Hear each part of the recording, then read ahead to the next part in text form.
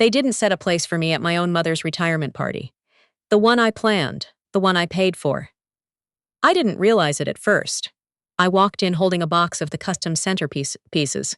I'd stayed up until 2 in the morning assembling little gold frames with photos of my mom through the decades. And I set them on the gift table near the entrance, smoothed my dress, and looked around the room. It was beautiful. Soft ivory linens, candles everywhere.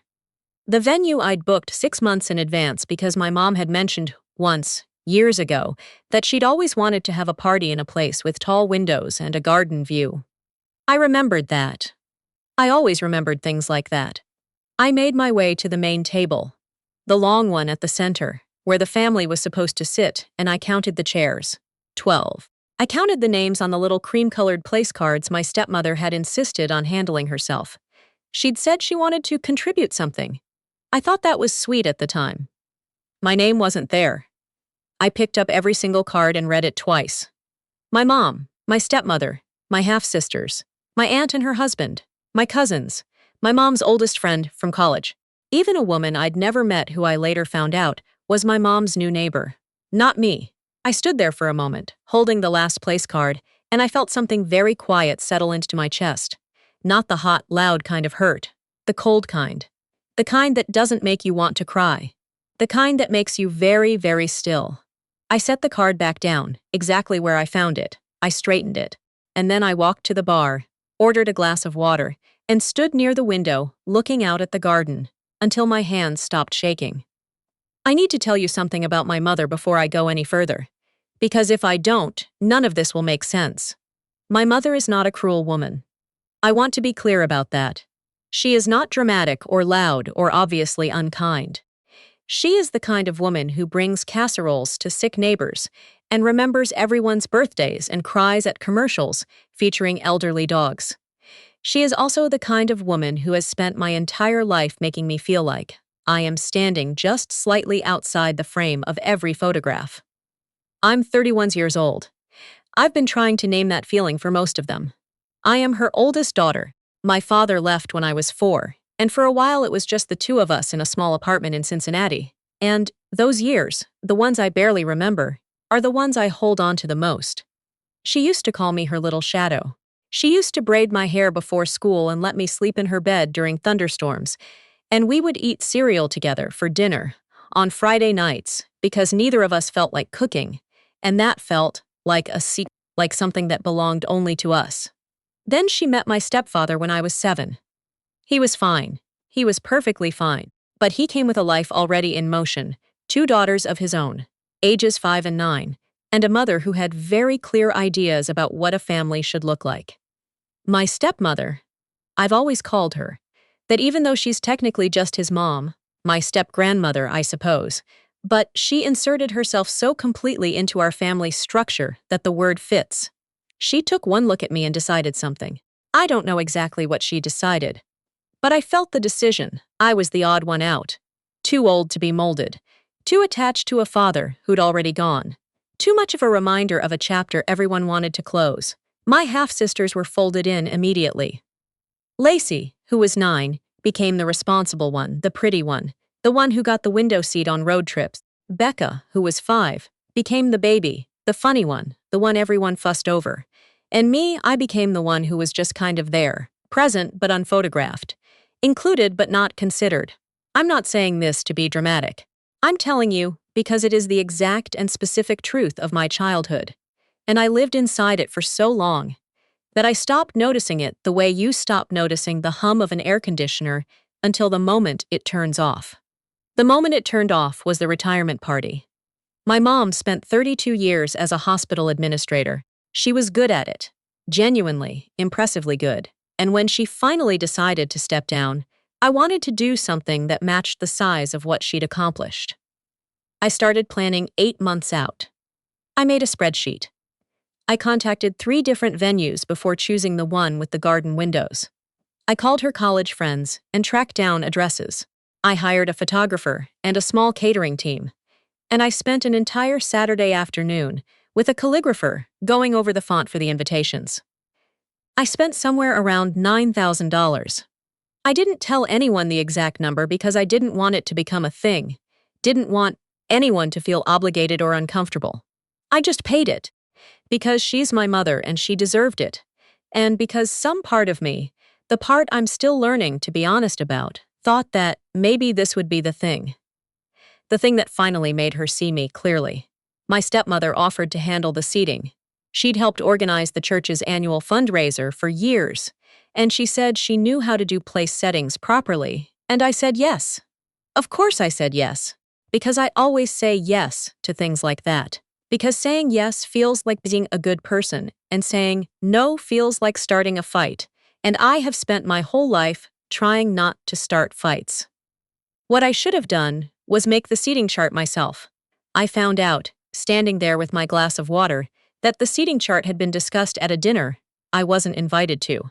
My stepmother, my two half-sisters, my aunt, and my mom had apparently gotten together at Lacey's house 3 weeks prior to go over the final logistics. No one called me. No one texted. When I asked Lacey about it later that night, she blinked at me like the question was strange and said, "We didn't think you'd want to be bothered with the details. You'd already done so much." She meant it kindly. I genuinely believe she meant it kindly.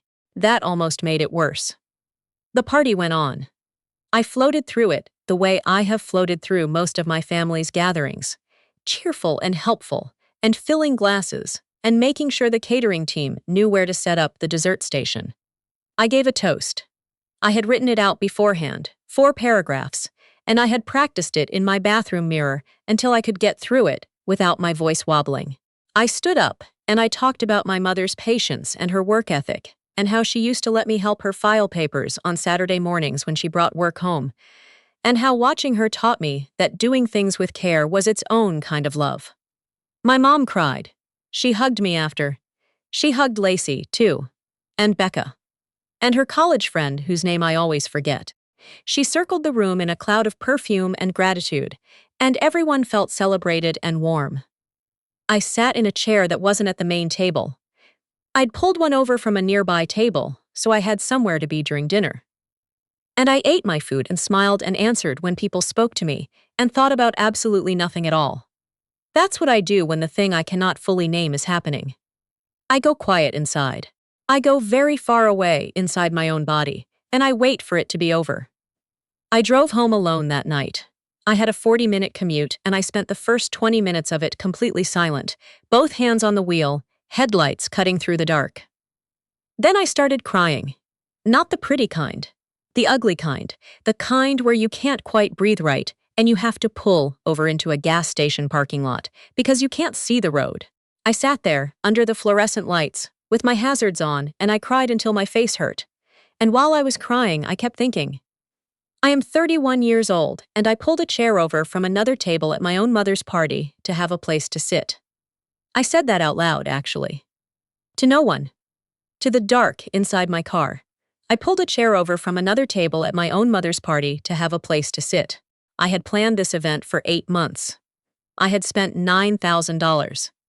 I had called vendors and hired caterers and stayed up until 2 in the morning making centerpieces with my own hands. And when it came time to sit down, there was no chair with my name on it. There was no chair with my name on it. Something happened then, sitting in that gas station parking lot at 11:15 on a Thursday night. I felt something I don't have a perfect word for. It wasn't anger, exactly, though anger was part of it.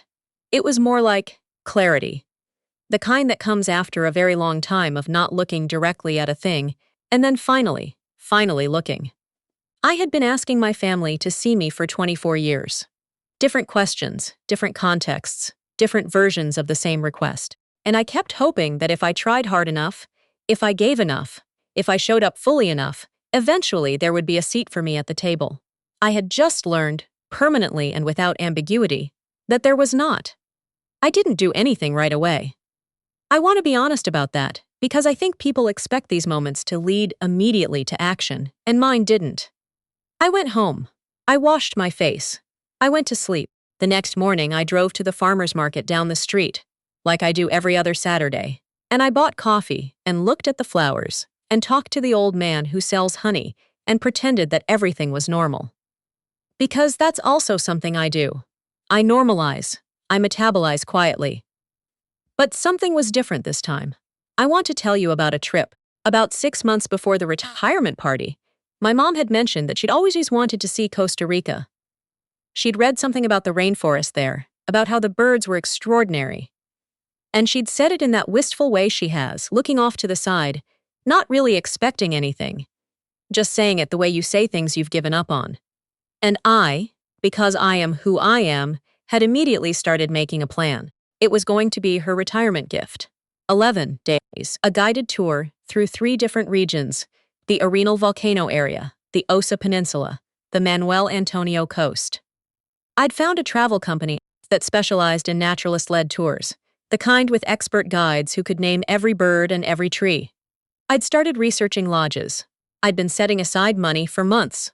I hadn't told anyone because I wanted it to be a surprise, and also, I'll be honest, because I wanted it to be from me alone. Just this one thing, from me, without it becoming a group project. I'd put down a deposit, $1,500, non-refundable, after a certain date. The deadline was still 3 weeks away. On the Monday after the retirement party, I sat down at my kitchen table with my laptop, and I opened the travel company's website. I looked at the itinerary for a long time: the volcano tours, the bird-watching excursions at dawn, the boat rides through mangrove estuaries, a hot springs evening that I had specifically chosen because my mom once mentioned her back had been bothering her. I thought about her face at the party. Radiant. Grateful. Moving through the room I had built for her like it had materialized from nowhere, like the flowers and the candles and the photographs had simply appeared because the universe loved her. And then I thought about the place card that did not have my name on it. I called the travel company. I was on hold for 4 minutes and 20 seconds. I counted. When the agent came on the line, I said, "I need to cancel a reservation." I gave them the booking number. They confirmed it was past the initial inquiry period, but still within the change window. I said I understood, and I would forfeit the deposit, and I would like to cancel, please. She asked if I was sure. I said yes. She asked if there was anything she could do to change my mind. I said no, and I thanked her, very politely, and hung up the phone. I sat at my kitchen table for a while after that. The apartment was very quiet. Outside my window, I could hear a neighbor's dog barking at something, then stopping, then barking again. I did not feel triumphant. I want to be clear about that because I think people sometimes expect that. I felt hollow, maybe. Sad. The kind of sad that comes from finally stopping something you've been doing for a very long time. But underneath that, deeper than that, there was something else. Something that felt like solid ground. My mother found out on a Wednesday. I hadn't told anyone. I'd assumed, and I think this was a reasonable assumption, that if I didn't mention the trip, it would simply not exist. The surprise would unsurprise itself back into nothing. She would never know what I had been planning. What I hadn't counted on was Becca. Becca, it turned out, had been going through my messages on a day I'd left my phone unlocked at her apartment several weeks earlier. Looking for a restaurant recommendation I'd texted her, she said, "Though how that required accessing my travel folder, I still don't understand." She'd seen the booking for the Costa Rica trip. She hadn't said anything to me, but she had mentioned it to my mom. My mom called me on a Wednesday afternoon while I was on my lunch break. I was sitting in my car in the parking garage, eating a sandwich, listening to a podcast about birds of all things. I'd started noticing birds lately. I'm not sure when it started, and my phone rang and I saw her name and I answered.